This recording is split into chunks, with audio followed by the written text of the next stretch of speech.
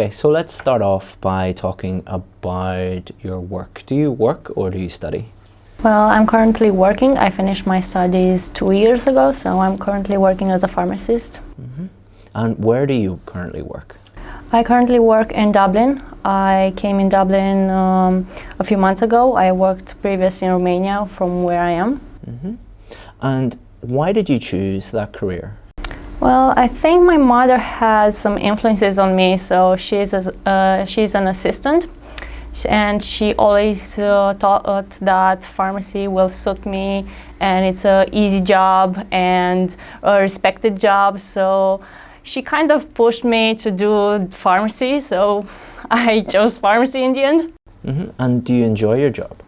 I do now. Like when I was in Romania, I didn't like it that much, but now in Ireland the system is different and I feel more appreciated for my work, so it starts to grow on me.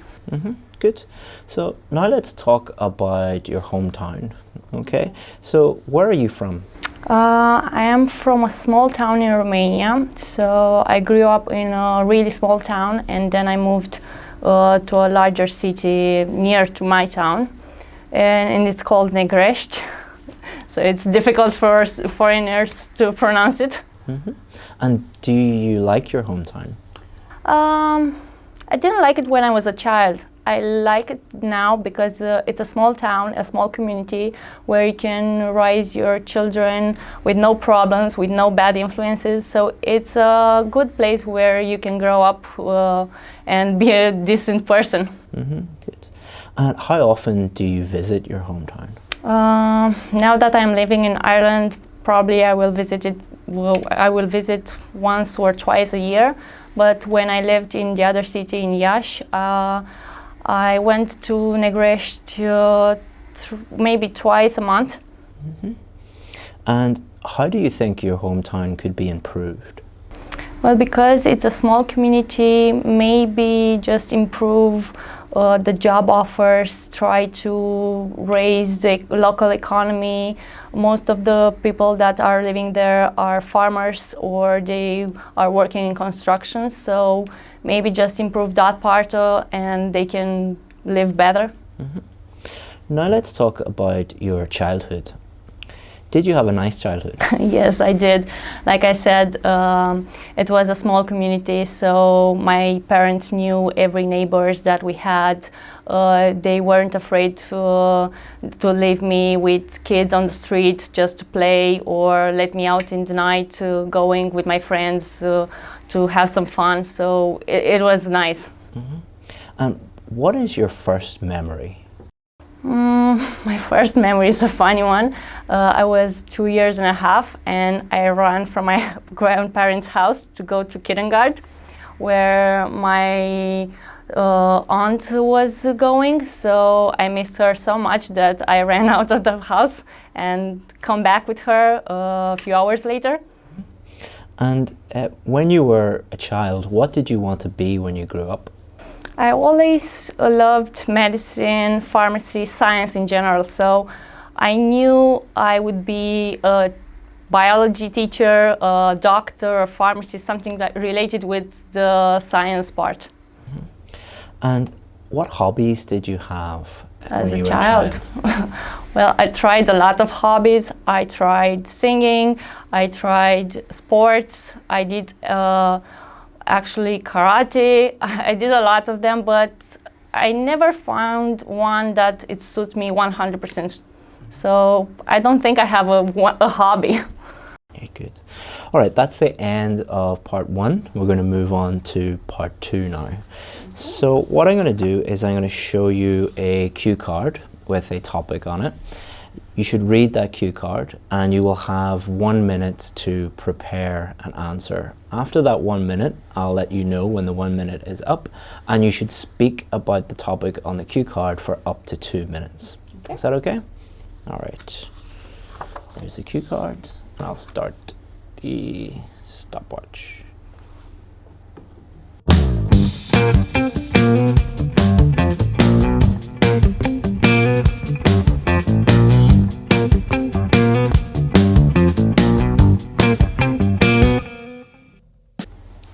Okay. Please speak for up to 2 minutes. Okay, so I'm going to talk about my first computer that I got when I was like 8 or 10 years old. Back then we didn't have an internet connection, so it was pretty easy to use it, especially for a kid that did some computer science in school.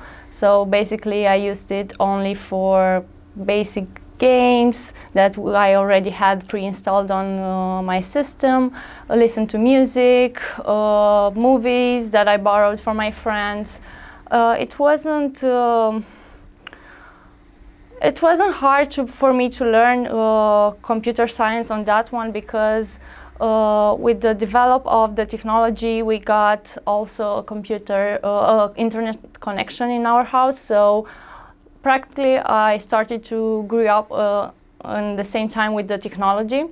So now the main benefits that I'm getting from that are me knowing to use and discover more utilities of the computer, new programs. I can manage to solve my own problems with the computer, hardware or software. I also don't have any difficulties when it comes to work, to solve a problem with my system at work. Also, I think because we as a generation grew up with a computer in our houses, we got a lot of advantages of this, because nowadays everyone is depending on a smart device or a computer, so that helped a lot. And I even start, okay. So that's the end of part 2, and we're going to move on to part 3 now. All right. So we've been talking about technology, and we're going to continue to talk about technology for a little bit. And we're going to talk about technology as it relates to education. So the first question is, do you think someone can learn a language using an online course? Yeah, I just did that. It's not like I've learned a language, a new language, but an online course can help as much as face-to-face teacher can help you. If it's a good course and it has enough explanation on it, they can help you a lot to get the information that you're missing. So for example, if we are speaking about a vocabulary course for a beginner, a good course will provide the learner the basic words, the basic grammar, and everything that they have to know in the beginning of learning that language. Mm-hmm. And should schools use more technology in the classroom? Well, I think so, because children nowadays use their smart mobiles and smart devices all the time, so they are very familiar with technology. And schools should really improve their classrooms. I don't know about Ireland in general, but in Romania we didn't have computers in our classrooms. We had only one room with computers, and the rest were all old books. So every new information that we got, it came from books and not an actual technology piece. Or I don't know, let's say we are studying biology. It's easier to study something that you can see 3D, like with holograms, than seeing a book. And do you think one day AI, artificial intelligence, will replace teachers in the classroom? No, I don't think that, because a teacher can come with some experience in the back, can come with more than artificial intelligence can bring. Like, it's a personal experience that a student can correlate with the lesson and remember that particular story from the teacher's experience and correlate it with what he learned. So I don't think a computer could do that. Even though it's programmed to be like an artificial intelligence, I don't think it will accomplish that. Now let's talk about technology and society. So has technology improved how we communicate with each other? It has. If we are speaking about smartphones, for example, now we can not only can call each other, we can text in a few seconds, we can video call, we can use the internet connection to see each other from big distances, like I am with my family. The smart device that I'm using is helped me a lot keeping in touch with them. And why are some people now reducing the amount of time they spend on electronic devices? I think at some point we got overwhelmed by the technology around us, and now people are trying to realize that the social connection that are between people are starting to fade. So they are trying to restart a real connection between people and give up a little bit of social internet and actually doing some socialization. Okay, good. Well done. That's it over. You can breathe now. You can relax. And you ended up with socialization at the end. So very good. So now I'm going to give you some advice. And I'm basing this advice on the fact that you've done the test 3 times now. You got a band 6 the first time in speaking, 7. then you got 7, Then and then you got 8 in speaking before. Okay, so you're continually improving. And what we want to do with you is to make sure that next time you do the test that you absolutely 100% are going to get at least the score that you need. Because as a pharmacist, you need a band 7. What you're struggling a little bit with writing at the minute, but sometimes students will focus so much on writing, and let's say they're at a band 7 for speaking, and they'll focus so much on writing that they forget, or they just are a little bit complacent when it comes to speaking. So the advice I'm going to give you now is to make sure that you would never fall below a 7, and to make sure that you get there. Okay, so first of all, I'm going to go through each part, and then I'm going to go through the 4 marking criteria.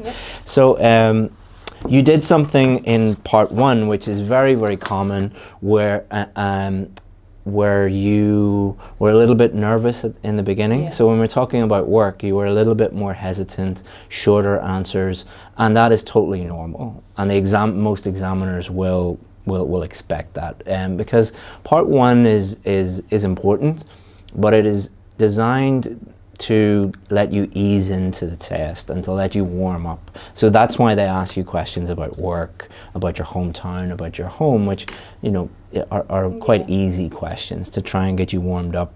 And as you went through, when you were talking about your hometown, and more when you were talking about your childhood, you were talking far more fluently, you were developing your answers. It was, more relaxed. So when you're talking about work, it was like, not robotic, but when you're talking about hometown and childhood, it's like talking to a friend about. So if you and I were in a coffee shop and I was saying, you know, what did you have a nice childhood? You're like, yeah, I did, and just talking naturally, and that was great to see. So part 1 was really good. The examiners would never listen to your first few answers that were a little bit, let's say they were a little bit short, fluency a little bit hesitant. They would never base their score on those first few answers. So some people watching now would be like, oh, she gave 1 short answer, she gets a band 6. Like, that's not how the examiners think or how the marking criteria thinks. The examiner will base their score on the totality, your total performance, not on 1 short answer or 1 answer where you hesitated, for example. So for part 1, the length was good, you really eased into it, your fluency was excellent, some nice vocabulary in there, some grammatical errors, but we'll talk about that when we talk about the 4 marking criteria. Part 2, I think part 2 was the area that you struggled with a little bit compared to the other parts, because there was a lot of pausing, a lot of hesitation, so your fluency wasn't as good in part 2 as it was in part 1 and part 3. I'll tell you why I think, but it's always good to hear from the student. Why did you think that you were struggling, or didn't do a bad job, by the way. It's just in comparison to the other parts, there was more audible pauses and like Yeah, I've noticed that myself. Maybe because I forgot about some ideas that I had in my head, and I tried to see if I got all those dots on the card. I know I don't have to speak about all of them; they are just guidelines. But I don't know. At some point I felt stuck. I didn't know what to say. So maybe that's why with the long pauses. So the audible pauses are normally caused by one of two things. One is linguistic, or related to grammar, related to vocabulary. So you're trying to think of the correct word, for example.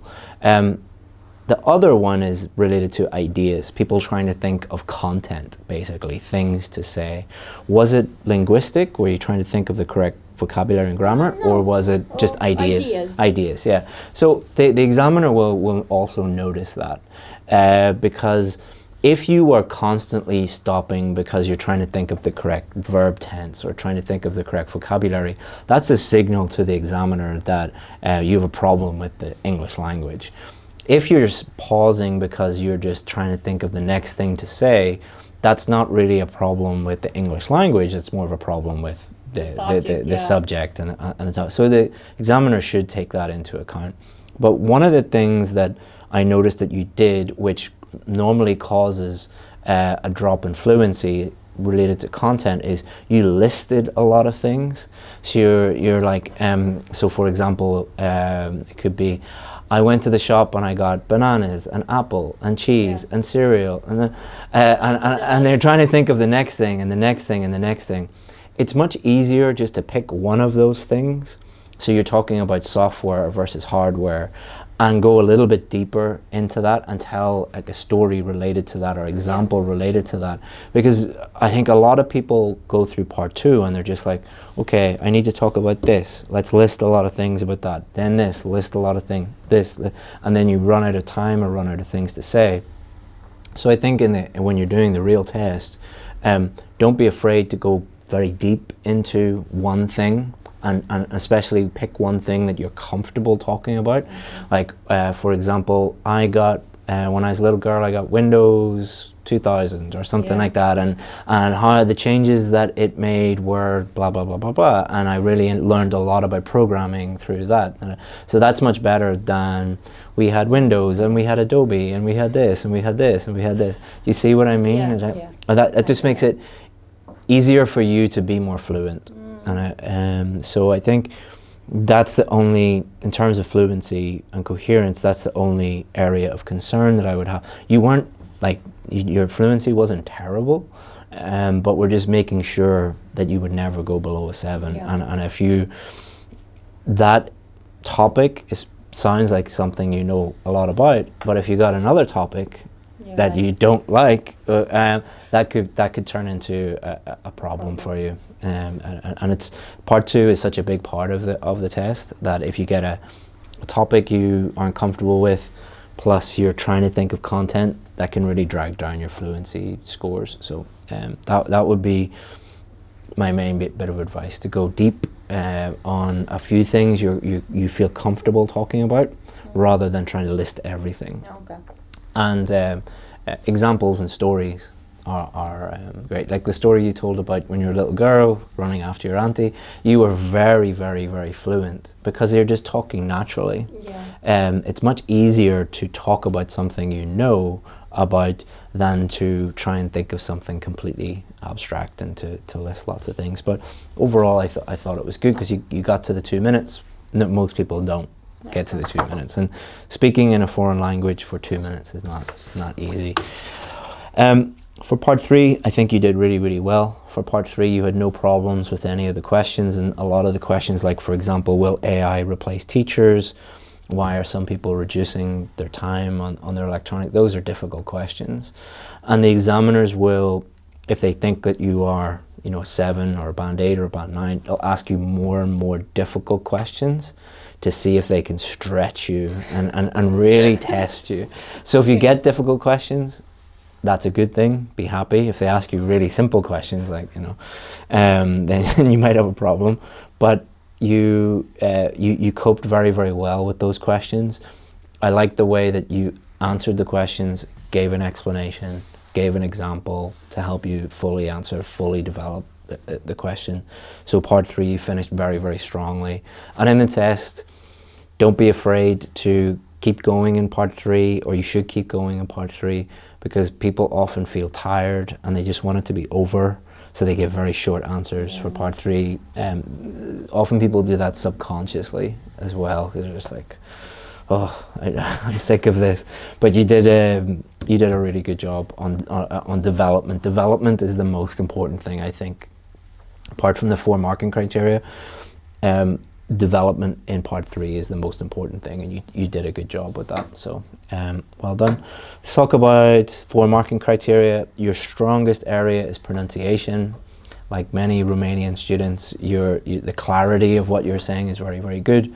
I can understand 100% of what you're saying. Any IELTS examiner would be able to understand 100% of what you're saying. So that means that you would be getting at least a band 7 for pronunciation. Plus you have very good use of intonation, sentence stress, word stress, connected speech, all these higher level pronunciation features. You have a very good command of those, which means you would get more than a 7 for pronunciation. So when you combine, the examiner can understand everything, plus you're using those higher level pronunciation features. So that's probably why you got a band 8 the last time, because you can't get a band 8 without using the higher level pronunciation features. For fluency and coherence, your coherence is very good because you answered every question properly. You stuck to answering the question rather than going off topic, and you fully developed your question. So for part 1, you don't need to give very, very long answers. You gave a few answers that were quite short at the beginning, but the rest were fine. Part 2, you talked for 2 minutes, so that was fine. And part 3, you fully developed your answers by answering the question, explaining, giving examples. So that was good to see. Fluency was very good in part 1, quite good in part 3, dropped a little bit in part 2, but we've already talked about how to get around that. And I would encourage you to don't be complacent about speaking and maybe practice part 2, because part 2 seems to be the area that you need to, the only area that you really need to worry about. Subject. Yeah. It depends on the subject, so maybe I should do more subjects with various teams, and have an answer about and some ideas. It's, you know, a pint of sweat is better than a drop of tears. You know, you want to do the hard work during your preparation. Make it as difficult as possible, so the test day is a breeze and it's no big deal for you. So that would be my only concern with fluency. Your fluency is very good. It's at least a band 7 level, but you know, as I said before, if you got a topic that you know nothing about, and they're going to ask you about the same topic in general in part 3, so it's like, you know, you said before you got they're asking about history and you don't know anything about it, or you don't know very little about history, so that could cause fluency problems, because you don't have a problem with the language, but you might have a problem with the content. So you're trying to think of those things. But in general, it's rare. I don't think you would ever get a topic that you know nothing about. Like history is something that you know a little bit about. You know what the First World War was, or the Second World War, and you know. So they're not testing your knowledge of the Second World War or the First World War. They're talking about whether you can talk about a range of topics. Your vocabulary is quite good. You have a really nice range of vocabulary. I asked you about many different topics. You have no problem talking about all of those topics. So that, because I was asking about a range of topics and you have topic-specific vocabulary related to all of those, that would indicate that you have a very wide-ranging vocabulary, because if you ask someone about 5 or 6 different topics and they have topic-specific vocabulary about all of those, that means that you could talk about pretty much any general topic. So that was very, very good. Collocations are something that I would work on for you. When you're listening to English and reading English, notice collocations, underline them, put them in a book. Try and practice them, review them, and use them. Collocations is one of the areas that tells an examiner the difference between somebody at a band 6, band 7 level and a band 8, band 9 level. Because if you listen to native English speakers, they will use collocations just intuitively without even thinking about it. Whereas someone at a band 6, band 7 level will know the words. They might have a very wide-ranging vocabulary, but they might not be able to put those words together, which is make little mistakes with that. I'm not too worried about your vocabulary though. I'd just be careful with collocations, but in the test, don't be thinking collocations, because that will affect your fluency. Because there's a balance between fluency and vocabulary and grammar. The more you think about vocabulary and grammar, normally the lower your fluency. But just be confident that I think your vocabulary is good enough to get a band 7 at least. The one area that I would be concerned about is small grammatical errors. You seem to have 2 things. One would be you seem to be translating sometimes, so that's probably because of the way I would guess that you learned English through translation rather than learning it through communication. The other problem is little fossilized errors. Fossilized errors are errors that you make and you've no idea that you're making them. So common fossilized errors are things like articles and prepositions. They don't affect, you didn't make article mistakes by the way, but you made some preposition mistakes. They don't affect communication. So if you're in Dublin and you're in a bar and you're talking to your boyfriend, he won't correct you if you say of instead of in, you know, as a preposition, because he understands exactly what you're saying. But so that means that you never pick up on the mistake that you're making, and you make it again and again and again and again, and it becomes hardwired, natural into your brain. A good way of getting around that is to record yourself and listen to. So I think the best advice that I could give you would be get part 2 questions, look at them, prepare them for 1 minute, record on your phone, and then listen back. Because that's going to help your fluency, it's going to help part 2, but it will also help you pick up on these little grammatical errors that you're making. You're not making any serious grammatical errors, and you're not making them like every single sentence, because if you were, there's no way that you would have got a band 7 and a band 8 the last 2 times that you did it. And I'm not really concerned that you'll get a band 6 or a band 6.5, but we want to make absolutely 100% sure. These little errors that you're making with grammar are also present in your writing. So I think working on them is going to help both your speaking and your writing. So we want to make your preparation as efficient as possible. So I think doing that in combination with the reading and the listening and the writing that we suggested for you is going to really help you out. Any questions about the speaking test, or any questions about the advice that I gave you? Not now, but I will think about it. I think you should be really confident, and if you take those steps, I think you'll get at least a band 7, if not repeat the band 8 that you got last time. So well done. That's good to hear. All right, good.